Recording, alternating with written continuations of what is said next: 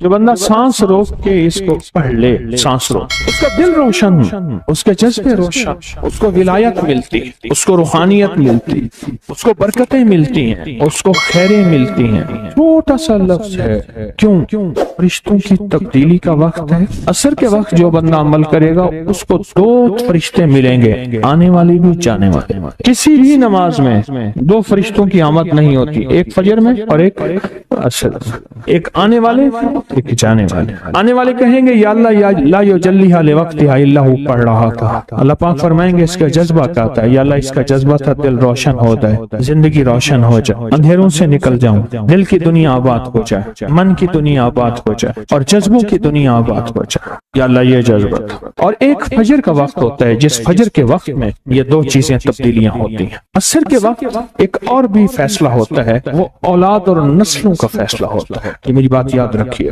اولاد اور نسلوں کا فیصلہ عصر کے وقت ہوتا ہے۔ اس لیے فرمایا جو بندہ عصر کے وقت یا رحمان پڑھے، جو بندہ عصر کے وقت 11 بار یا رحمان پڑھے گا، کیا پڑھے گا؟ صرف 11 بار یا رحمان پڑھے گا عصر کے وقت، اللہ اس کی نسلوں کے فیصلے فرماتے ہیں۔ بڑی قیمتی بات، نسلوں کے فیصلے فرماتے ہیں، نسلوں، اللہ اس کی نسلوں کے فیصلے۔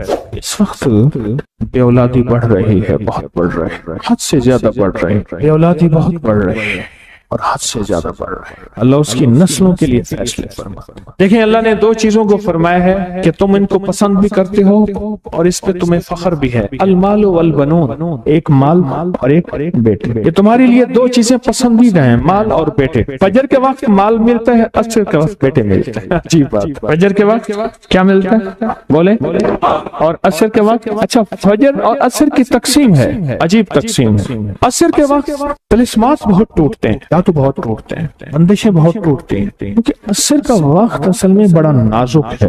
ظہر اور مغرب کے درمیان کا نازک وقت، انسان نے ظہر کو وقفہ کیا، فجر کا کام کیا ہوا، اب وہ اس کو مغرب قریب نظر آتی ہے، اور یہ نماز بہت حساس نماز، بہت حساس، بہت حساس۔ فجر کا جو بندہ فجر کو قیمتی بنا لے گا، اللہ اس کی نسلوں میں روزی نہیں چھینے گا، اس کی نسلوں میں رزق نہیں چھینے گا، اس کی نسلوں کے اندر روٹی نہیں چھینے گا، اس کی نسلوں میں قرضے نہیں ہوں گے، اور اس کی نسلوں میں فقر نہیں ہوگا، اس کی نسلوں میں غربت نہیں ہوگی، اور اس کی نسلوں میں مفلسی نہیں ہوگی۔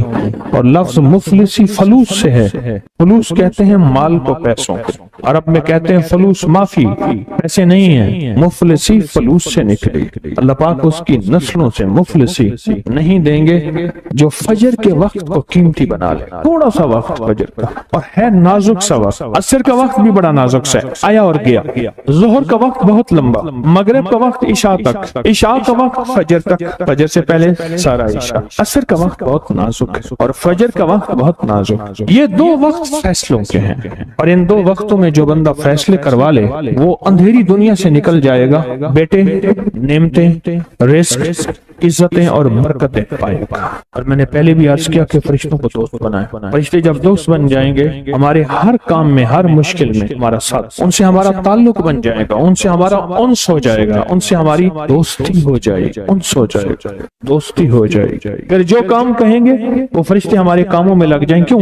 اللہ نے فرشتے بنائی اس لیے ہیں، اور اگر ہم کو ہم کام کہہ رہے ہیں تو یہ شرک نہیں ہے، اللہ نے تو بنائی ہماری خدمت کے لیے ہے۔ مثلا ایک بندہ اپنے کسی خادم کو کہتا ہے مجھے پانی پلا دے، تو ساتھ بیٹھا کہتا ہے کہ شرک کر رہا ہے۔ کیوں؟ تجھے تو اللہ سے پانی مانگنا تو بندے سے مانگ رہا ہے، تجھے تو اللہ سے مانگنا تھا، بندے سے کیوں مانگ رہا ہے؟ اللہ نے اس بندے کو میری خدمت کے لیے مقرر کیا ہے، میں اسے اگر مانگ رہا ہوں میں مجرم تو نہیں ہوں۔ عصر کے وقت کو قیمتی بنا اور فجر کے وقت کو قیمتی بنا۔ فجر کے جو لمحات ہیں، یہ فجر کے جو لمحات ہیں یہ رزق کے لیے بہت زبردست ہیں، اور رزق روحانی اور رزق جسمانی۔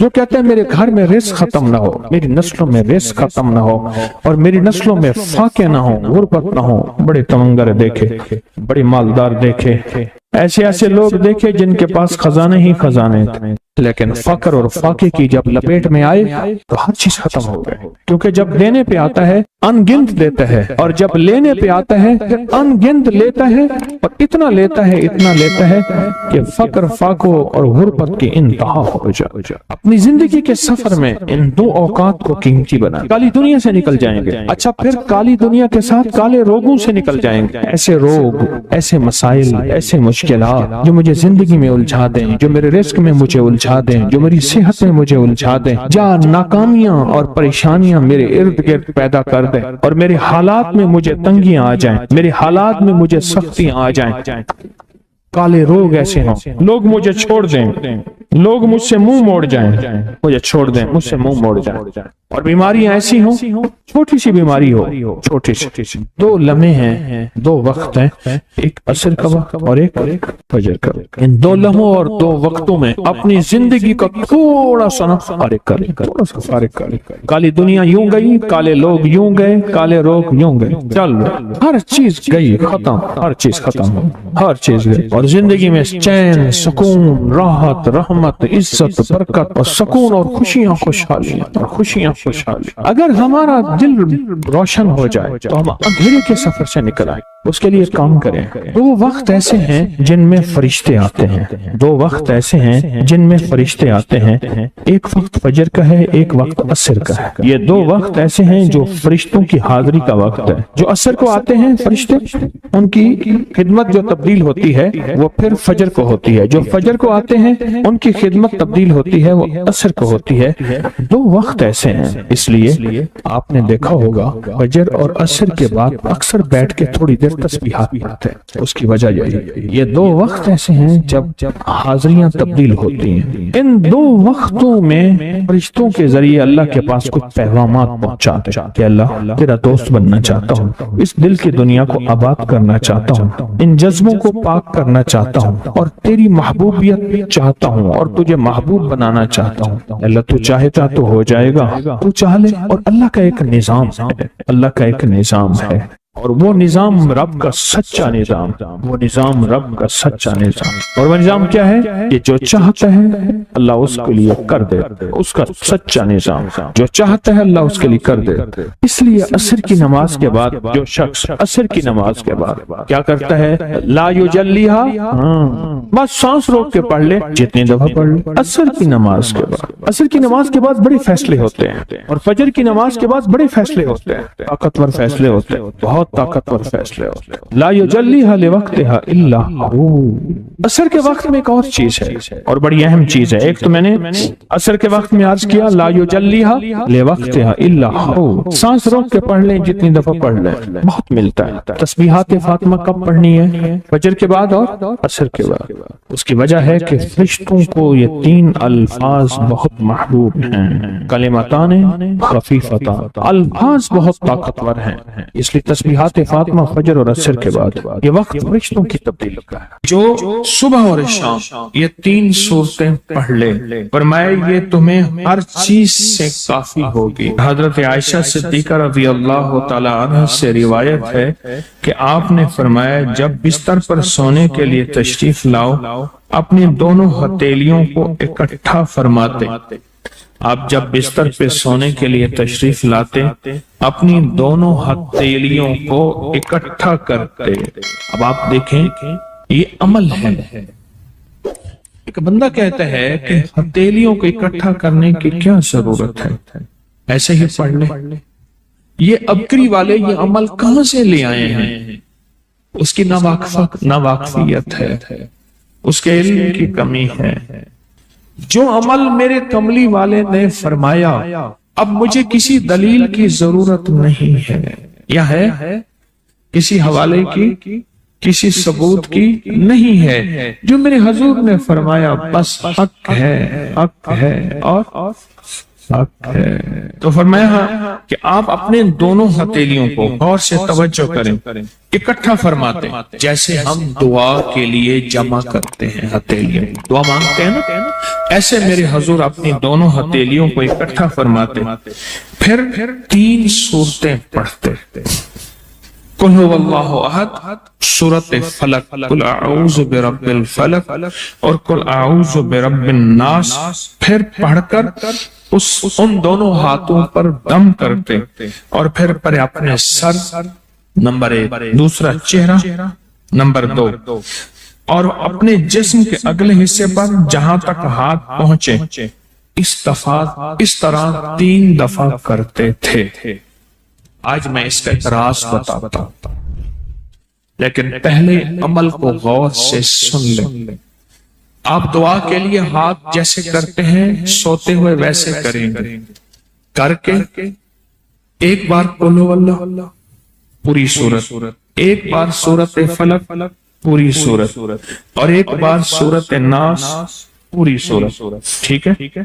پڑھ لی، ہتھیلیوں پہ دم کیے، دم کرنے کا بعد پہلے سر پر اوپر سے شروع کرتے حضور، سر، چہرہ، چہرے کے بعد اپنے جسم کے اگلے حصے پہ جہاں تک ہاتھ پہنچتا، پھر پچھلے حصے پہ آپ پھیرتے، اگلے حصے پہ پھیرتے، پھر دوسری دفعہ ایسے کرتے، ہاتھ پھیلاتے، دونوں ہتھیلیاں، پھر یہ 3 سورتیں پڑھتے، پھر ایسے کرتے، پھر تیسری دفعہ بھی ایسے کرتے تھے۔ اس کے فائدے کیا ہیں؟ میں فائدے بتاتا ہوں۔ ابن عباس سے روایت ہے کہ جو شخص سوتے وقت قل ہو اللہ اور معوذتین فلق اور ناس 3 بار پڑھ لے، اگر اسے اس رات موت بھی آ گئی تو شہادت کی موت مرے گا، اگر زندہ رہا تو گناہوں سے پاک کر دیا جائے گا۔ سوتے وقت یہ عمل 3 دفعہ کر لے۔ اور عبداللہ بن خبیب سے روایت ہے، فرمایا جو صبح و شام 3 بار قل ہو اللہ اور معوذتین پڑھ لے، مثلاً 3 دفعہ قل ہو اللہ، 3 دفعہ فلق اور 3 دفعہ ناس، یہ صورتیں، فرمایا جو صبح شام پڑھ لے، صبح شام۔ یہ اور روایت ہے، پہلا عمل ہتھیلیوں کو سیدھا کر کے 3 دفعہ کرنا، پہلا عمل وہ ہے۔ دوسرا عمل یہ ہے کہ جو صبح اور شام یہ 3 صورتیں پڑھ لے۔ اب اس کے کمالات سنیں، فرمایا یہ تمہیں ہر چیز سے کافی ہوگی، بس اب تمہارے لیے اللہ کافی ہو گئے، اب تمہیں کسی چیز، کسی پریشانی، کسی دکھ، کسی تکلیف، کسی ناکامی، کسی مصیبت کو انشاءاللہ آنکھوں سے نہیں دیکھو گے۔ یہ جو ہم دعا کے لیے ہاتھ پھیلاتے ہیں یہ دراصل کشکول ہے کہ مولا میں خالی ہوں، میں فقیر ہوں، میں منگتا ہوں، میں پیاسا ہوں، میں عاجز ہوں اور تو شہنشاہ ہے، مجھ فقیر کو عطا فرما۔ ہم دعا کے لیے ہاتھ پھیلاتے ہیں تو 2 بندہ دونوں ہاتھوں میں دعا کے لیے ہاتھ پھیلاتا ہے اور پھر یہ 3 صورتیں پڑھ کے پھونک مارتا ہے۔ ان تمام 3 صورتوں کا نور، اس کا سرور، اس کی برکت، اس کی رحمت اور اس کی عطا اس کے ہاتھوں پہ آتی ہے، پھر اس ساری عطا کو اپنے پورے جسم پر پھیرتا ہے تو ایسے ہے اس کے پورے جسم پہ ایک نور کا حصار، دیوار، ایک نور اس کے جسم پہ، پھر اس کو دنیا کا کوئی حسد کا تیر، کوئی جادو کا تیر اس پہ وار نہیں ہوتا، کوئی دشمن کا ایسا تیر جو انتقام کا ہو، ناکامی کا ہو۔ ایک چیز ہے، ایک دعا ضرور پڑھا کریں، اللہم انی اعوذ بک من زوال نعمتک، بس اللہم انی اعوذ بک من زوال نعمتک، اے اللہ مجھے نعمتوں کے زوال سے بچا، نعمتوں کے زوال سے۔ میں بیٹوں کے ساتھ جا رہا تھا، میں نے کہا بیٹو یہ دیکھو یہ جگہ ہے جہاں میں نے اس کی چارپائی دیکھی تھی، چارپائی کے نیچے سوراخ تھا، وہیں سے اجابت پیشاب اور وہیں سے، اور وہ میں نے اس کا شاہی دور دیکھا تھا، بہت بڑا ٹک تھا شیف، بہت بڑا، لینے لگی ہوتی تھی، اور وہ دیکھ گرم دیکھ، چلتی دیکھ پہ پاؤں رکھ کے نا براہ راست بغیر جوتے کے اندر کفگیر مارتا تھا، بہت بڑا شاہی آدمی تھا، پر زوال نعمت ایسا ہوا گلی میں پڑا رہتا تھا، کوئی روٹی دیتا تھا ہائے پانی کہتا تھا، کوئی پانی نہیں پوچھتا تھا، اور ایک رات سویا، صبح دیکھا تو مرا ہوا تھا، یوں لپیٹ کے چند بندوں نے جنازہ اور مٹی کے سپرد کر دیا۔ میں نے ایک شخص کے بارے میں سنا، نہیں خود دیکھا، میلسی بہاڑی ملتان کے ساتھ میں قبرستان میں گیا، پتا چلا کہ وہ بندہ قبرستان میں ہے، ڈھونڈتے ڈھونڈتے